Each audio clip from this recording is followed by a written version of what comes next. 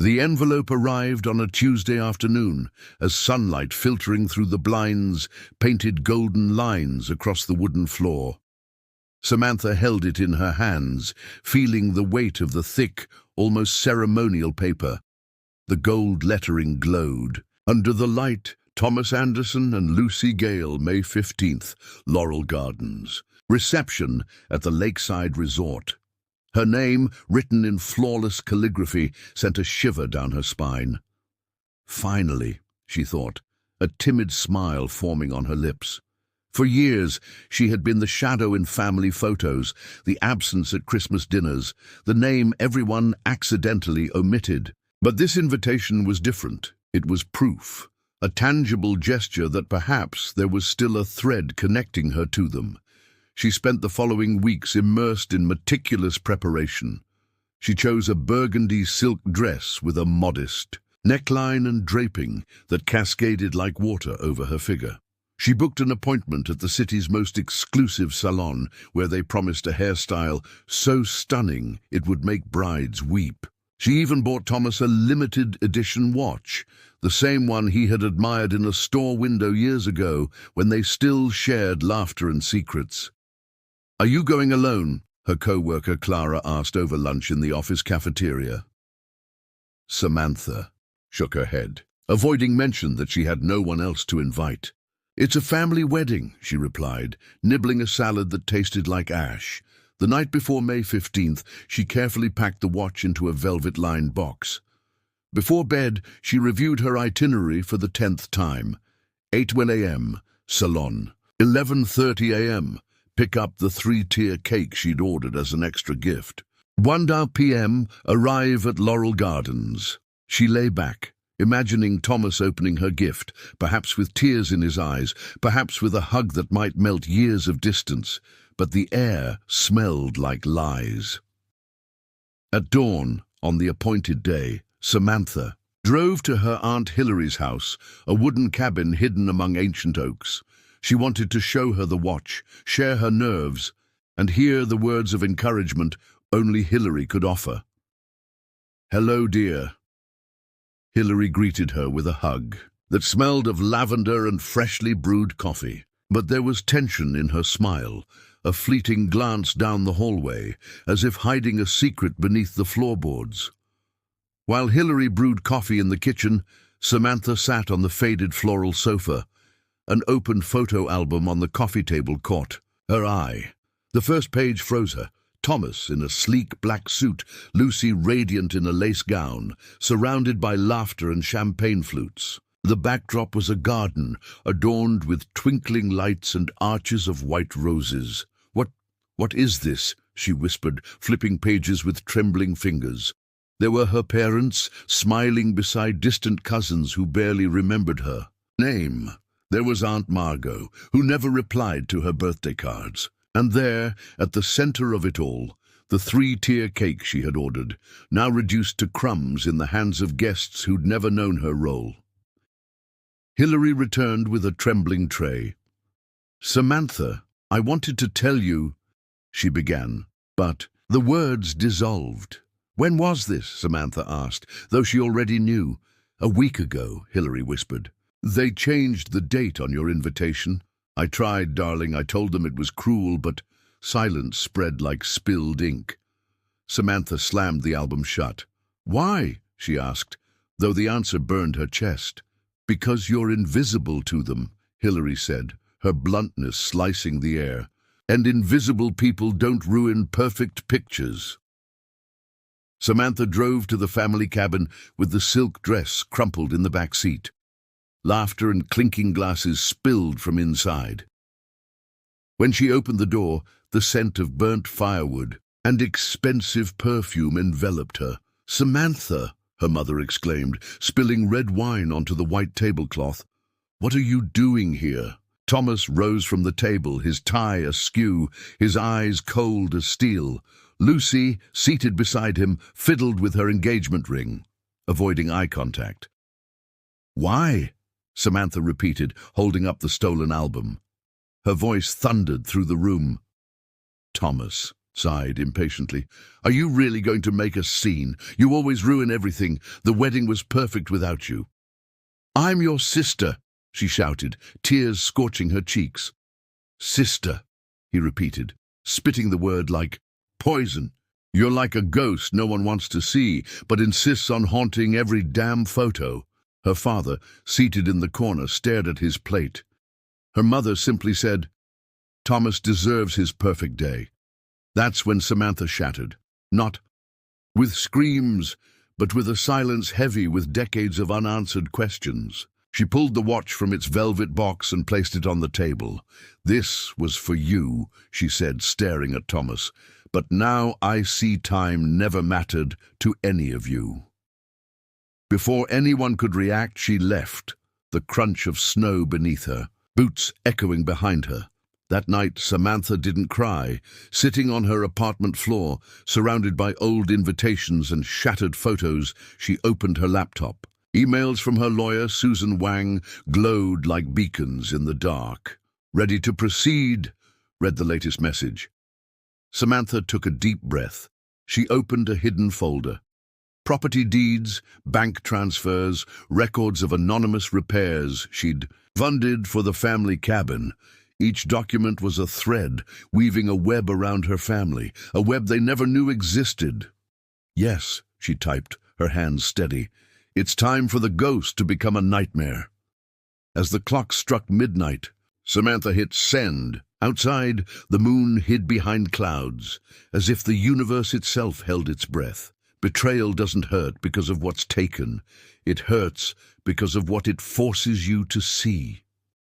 Samantha had spent years believing family love was a river that would eventually carry her back to its shores. But that night, she realized some rivers flow only one way, forward, away from broken banks, and she was ready to swim. Susan Wang's email arrived at dawn, its subject line stark. "We proceed today." Samantha read the words over and over as the first ray of sunlight slipped through her apartment curtains. The coffee maker gurgled in the kitchen, but the aroma of fresh brew did nothing to soothe the knot in her throat. She dressed in a flawless black suit, the same one she wore to high-stakes corporate meetings, and fastened her pearl necklace, a gift from Hillary for her first promotion. Every detail was armor. The family cabin, now legally hers, loomed at the end of the dirt road like a mirage. The sheriff waited beside Michael Zong, her lawyer, whose navy tie contrasted with his stern expression. As she approached, she saw her father on the porch, hunched over a cup of cold coffee. Their eyes met, and for a moment Samantha thought she glimpsed a flicker of guilt. But then her mother appeared in the doorway, wrapped in a frayed robe, her face as pale as the snow blanketing. "The garden, what are you doing here?" her mother demanded, though the folder in Michael's hands left little room for doubt. "Eviction notice," he declared, extending the document. "You have 30 days to vacate the property." Her father dropped his cup, and the sound of shattering porcelain against the wooden floor echoed like a gunshot. "This is a mistake," her mother shouted, clutching the paper with trembling hands. "This cabin is ours. We've lived here for decades." Samantha crossed her arms, feeling the cold press of the silver ring Hillary had given her on her 18th birthday, "to remind you of your worth." "I bought your share 5 years ago, Mother," she said, her voice as steady as the window panes she'd paid to repair. "You never updated the paperwork. Legally, it's always been mine." Thomas arrived half an hour later, his face flushed, breath reeking of whiskey. "What the hell have you done?" he spat, lunging toward her. The sheriff stepped forward, a hand on his holster. "One more step and you'll be arrested," he warned. Thomas halted, but his gaze burned. "You're a selfish witch," he hissed. Samantha held his stare. "No, Thomas. I just learned to play by your rules." That night, as she packed old photos in her apartment, she found a faded Polaroid, her and Thomas as children, building a fort with bed sheets in the attic. She tossed it into a box marked with a red X. Things to burn. There was no room for shattered nostalgia. The following days were a storm of unanswered calls and voicemails brimming with rage. Her mother begged, her father quoted Bible verses about forgiveness, and Thomas threatened lawsuits. But the hardest blow came in a handwritten letter, its script shaky. "Samantha, I know I deserve nothing, but please don't let them freeze to death." It was signed by her father. Hilary found her crying over the letter, clutching a pillow on the couch. "You don't owe them anything," her aunt murmured, stroking her hair.